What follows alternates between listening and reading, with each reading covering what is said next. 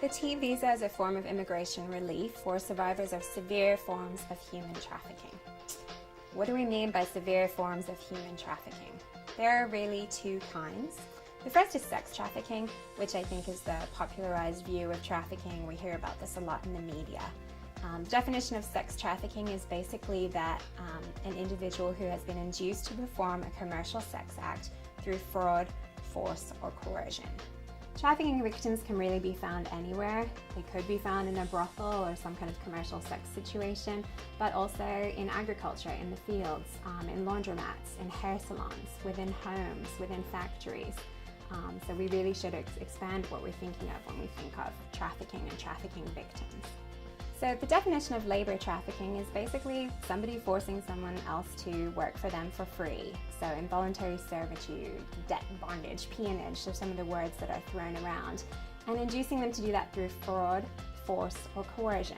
Things like the trafficking victim not having control over their own documents, their passports, their ID, their birth certificates. Also being denied freedom of movement.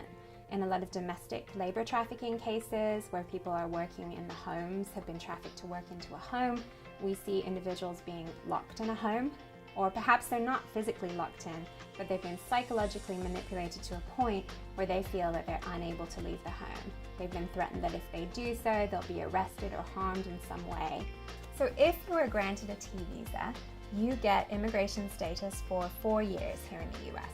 That also comes with an employment authorization document, meaning that you're able to work for those 4 years while you hold a T visa. You are also eligible for some public benefits.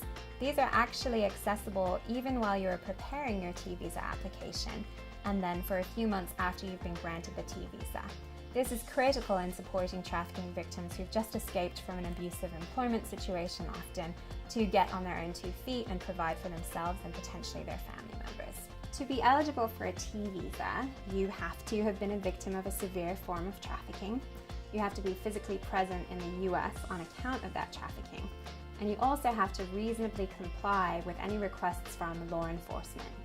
You don't actually have to get a certification form signed as you do with a sister form of relief, the U visa, but you do have to comply with any reasonable requests.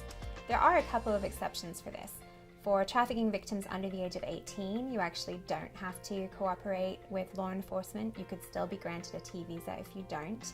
And also for individuals who can show that they're too traumatized physically or psychologically by what they've endured to cooperate, there's an exception for them. Finally, you have to show that you would suffer extreme and unusual hardship if you were removed from the United States.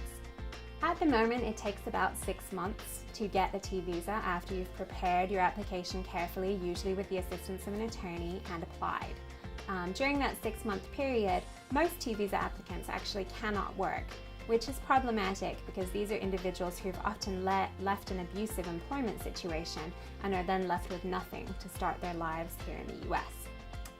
Sometimes law enforcement officials will actually support an employment authorization document and fill out some required paperwork such that the individual can work during that time period while they're preparing their T visa application and while they wait the approximately 6 months for it to be adjudicated. Unfortunately, that's not consistent, so some trafficking victims may be able to legally work and support themselves during that time period, while others may not have that employment authorization document.